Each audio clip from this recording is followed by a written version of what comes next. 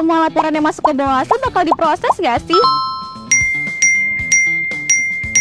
Jadi gini alurnya. Pertama, laporan disampaikan 7 hari sejak diketahui terjadinya dugaan pelanggaran pemilu dengan syarat pelapor sebagai berikut. Berikut kelengkapan yang harus kamu bawa saat memberikan laporan. Ini dan ini.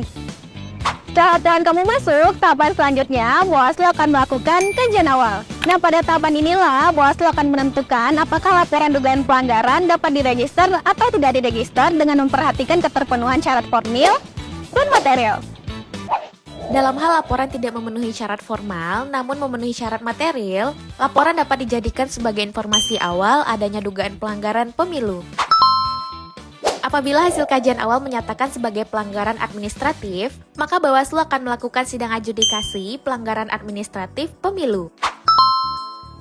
Selain itu, apabila hasil kajian menyatakan sebagai pelanggaran peraturan perundang-undangan lainnya, laporan diteruskan kepada instansi yang berwenang.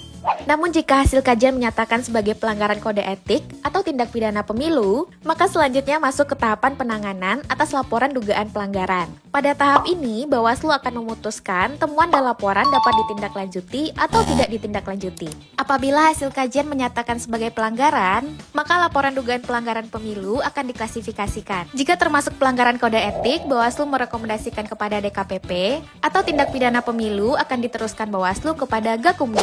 Namun apabila hasil kajian menyatakan bukan sebagai pelanggaran pemilu, maka laporan akan dihentikan. Jadi sekarang udah tahu ya, semua laporan yang masuk ke Bawaslu akan diproses dengan tahapan berikut. Dan jangan lupa saat kamu melapor, pastiin cara-cara dugaan pelanggaran pemilu sudah terpenuhi agar laporannya bisa diproses. Bersama rakyat, awasi pemilu, bersama Bawaslu, tegakkan keadilan pemilu.